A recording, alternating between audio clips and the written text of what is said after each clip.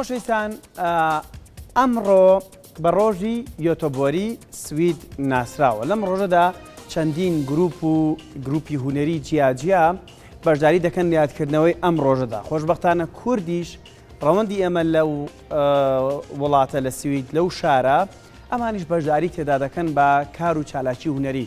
بۆ نمونە گروپی هاوپەرشی و نەرجوانەکانی کوردی لە یۆتۆبۆری ئەوانیش ئەمڕۆ بە جلوبەرجی کوردی بە ئاڵای کوردستانەوە بەشداری لەم چالاکیەدا دەکەن، چەندین نمایشی سەرنجڕاکێش ئەنجام دەدەن.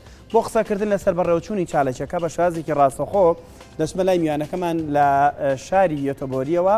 بەڕێز دڵشاد ئەحمەد هونەرمەندم لەگەڵ دەبێت بۆ ئەوەی هەندێک زانیاریم بداتێ لەسەر فستیڤالەکە. بەڕێز دڵشاد سڵاو لێبێم، کاتت باش. لە پشتی تۆوە بەشێک لە کوڕکچی کوردی دەبینم بە جلوبەرجی کوردی بە ئەو کلتورە جوانەی ئێمە هەمانە.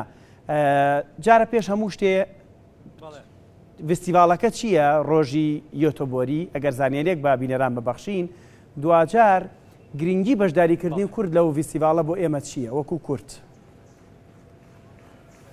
بەڵێ ئەم فستیڤالە ساڵانە ئەکرێ بە ناوی کەلتور کەلاوەسواتە جەژنی کەلتورە جیاوازەکان لە شاری یۆتۆبۆری.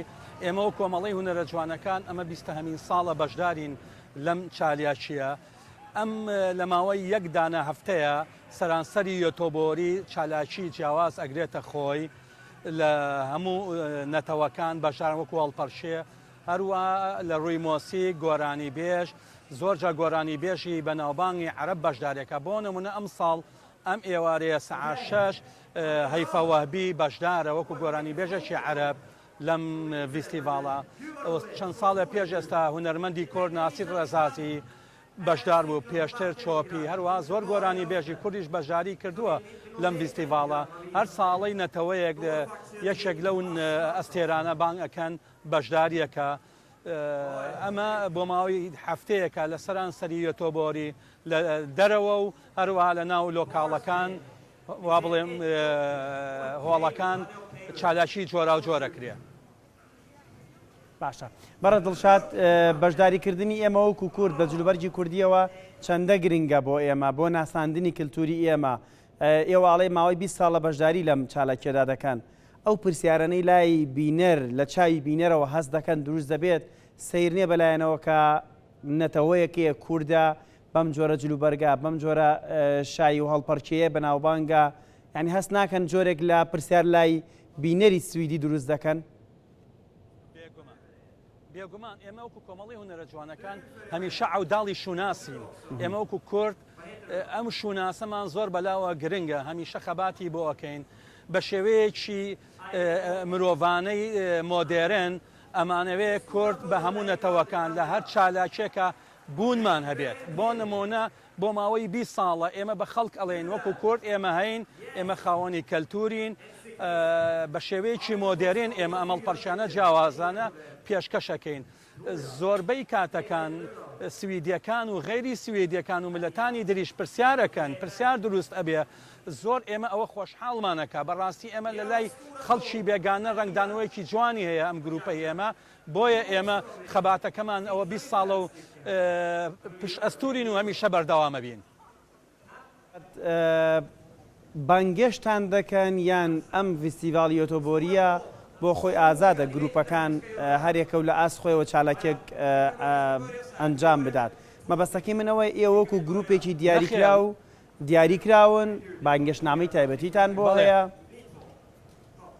باڵێ ئێمە هەر ئێمە نین، ئێمە زیاد ئەمە لە یۆتۆبۆری ساڵانە لە مانگی 5 کەرنەڤاڵێکی گەورەی هەڵپەرچێکرێ لە هەمەرکولەن، زیاد لە 80 دەوڵەتی نوێتەوەی جیاواز بەشداریەکە. ئێمە نوێنەرایەتی کورد ئەکەین لێرە. بۆ نمونە بەرازیل، شیلی، پۆلۆڤی، هەموو وڵاتەکانی تر لەگەڵ ئێمە دوای کەمێکی ترە بینی هەمومان بەیەکەوە هەڵەپەڕین. هەموو نەتەوەکانی تایە تاکە گروپی بڵێن لە شەرقی ئاسیاوە بەس ئێمە وەکو کورد ئێمە وەکو کورد بەشدارین لە عەرەب و کورد و نەتەوە تورکوانە بەس ئێمە کورد بەشدارین. ئەجینا گروپەکانی تر سویدی و زیاتر ئەمریکای لاتینە. باشە. کاک دڵشاد، ئەمڕۆ چالاکیەکان زیاتر ئەگەر بەگشتی بۆمان باس بکەی چالاکیەکان خۆی دەبینێتەوە تەنها لە سەما و هەڵپەرچێ و لەم جۆرە کارانە یان چالاکی جۆراوجۆر و هەمەڕەنگی تێدا لە یۆتۆبۆری ئەنجام بدرێت ئەمڕۆ. بەڵێ بەڵێ بەڵێ بەڵێ چالاکی بۆ مناڵ بۆ هەموو لە مناڵەوە تا گەورە لە شانۆوە تا هەڵپەرچێ و هەموو جۆرەکانی هوەری شێوەکاری وێنەکردنە سەردەم و چاوی مناڵ یعنی هەموو کون و قوشنێکی یۆتۆبۆری ئەم چالاکیانە هەیە بەڵام هەل جارە و تەرکیزە خەنە سەر شێ ئێستا بۆ نمونە لە سەعات 4 بە کاتی سوید ئێمە هەڵپەرچەی ڕۆشتنی سەر جادەکە دەست پێەکە بۆ ماوەی سەعاتێک هەڵە پەڕین و زیاد لە 8,000 خەڵک ئەم بەرەوبەری جادەکە ئەوەستن ئەو نمایشە نابینن. باشە کاک دڵشاد هەموو جارێک ڕێگەتان پێدەدرێت بۆ نمونە بە ئاڵای پیرۆزی کوردستانەوە ئێوە بەشداری بکەن پرسیارەکەم بە شێوازێکی ترەکەم هەر نەتەوە و نەتەوەیەکی جیاواز بۆی هەیە لە نێو فیستیڤاڵی ئۆتۆبۆریدا بە ئاڵای خۆیەوە بەشداری تێدا بکات؟ ئەگەر ئەم وەکو پێم وتی لە پرسیارەکەی پێشی جەنابتە ئەم گروپانە ئەبێ گروپی پرۆفیشنال بوون و بانکراو بن بەڵام بۆ بەرزکردنەوەی ئاڵا و جلپۆشین و هەر هەموو شتێک ئازادێکی ڕەهایە بە هیچ شێوەیەک پرسیاری شمالێ ناکەن چی ئەکەین و چی ناکەین. باشە کاک دڵشاد پێم مابێت کە باست کرد کە مێکتریەوە دەست دەکەن بە بەشداریکردن لە فیستیڤاڵەکەدا زۆر جار لە نێو تابلۆ و نمایشی هەڵپەرچێدا کە خۆتان بێگومان زۆر شارەزان لە بوارەدا تۆ دەتوانی کللتور و مێژووی گەلەکەی خۆت بە بەرامبەر بناسیێنی ئەو تابلۆیانی کە ئێوە ئەمڕۆ ئامادەتان کردووە زیاتر تعبیر لە چی دەکەن؟ ئێمە ئەمە تابلۆی پێ ئەوترێ بە سویدی تۆگ واتە شەمەنەفەر هەڵپەرچەکان تابلۆ نییە بەڵکو چەند ئەمە مێژوو ئێڵێم من وەکو بەڵێ وەکو کورد وەکو لە کەلتوری کووردە ئەمەنیە من وەکو دەرهێنەرێکی کورد لە بواری شان و ئەمە دایانانی منە کە لەسەر هەڵپەرچەی سەر جادەمان نەبووە پێشتر لە کەلتوریەمە ئەمە من دروستم کردووە بە شانازیەوە ئەمە دروست کردووە و ئەمە بەردەوامم لەسەر ئەوە بەڵام بە شێوەیەکی مۆدێرن بەڵام بنچینەکەی من لەسەر ئەساسی هەڵپەرچەیەکی کوردیە و ڕنگدانەوەیەکی هەموو جوڵەکان جوڵەی کوردین بەڵام بە جوڵەیەکی تازە. باشە ئەکرێ بڵێن ئەمە جۆرێکە لە هوەری وەکو چۆن هوەری شانۆی سەرشەقاممانەیە کە بۆ خۆت هەڵپەرکەی سەرشەقامی جۆرێکە لەوەی کە کاک دڵشاد و هاوڕەکانی ئەمەیان داهێناوە ئیتر بۆتە مۆرکێکی کوردی ئەمە لە یوتۆبۆری بێگومان جێگەی شانازیە؟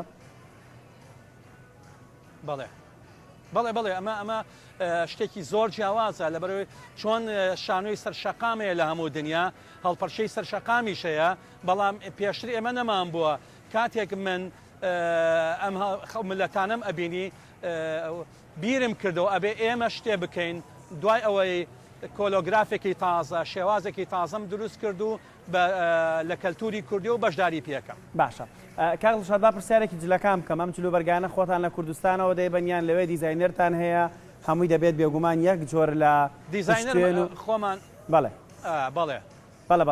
بەڵێ من زۆرجە ئەمە گەورەترین کێشەیە کە بۆ من دروست ئەبێ ناچار ئەبە من زۆربەی کات ئێستا لەبەرەوەی لە سلێمانیەوە بڵێن لە باشووری کوردستان پۆستوشە زۆر زەحمەتە ناچارم لە ڕۆژەڵاتی کوردستان لەوێ دوورم و بە پۆست لێەوە بۆم مەێنن. باشە کاک دڵشاد براوە و بۆ نمونە خەڵاتی ڕێزلێنان شتێکی لەو بابەتە هەیە لە پای بەشداریکردن لەم فیستیڤاڵە یان نەخێر تەنها زەمینە سازی دەکرێت گروپەکان خوانی تێدا بناسیێنن؟ نەخێر هەر بەشداریکردنە و خۆشی و شادیە و پیشاندانی شتی تازە بە خەڵکەکە وەکو پێم وتی لەلایەکی ترەوە بینی کۆنسێرتە گۆرانیە ڕاپە بەشەکەی ئێمەش بەشی هەڵپەرچەیە. بەڵێ زۆر بەڕێز دڵشاد ئەحمەد هونەرمەند زۆر سوپاس کە ئەم دەرفەتی لەگەڵ ئێمە بووی ئەزانم سەرقاڵن بەڵام بە هەلمانزانی کە لێرەوە چالێکەکانیەوە بگوازینەوە بەیوای شانازی دیێرە بێگومان ئێوە جێگەی شانازین کە گەنجانی ئێمە هونەرمەندانی ئێمە بەم شێوازە لە سوید بەردەوامن لە خەمی ناساندنی شوناس و کللتوری کوردیدا.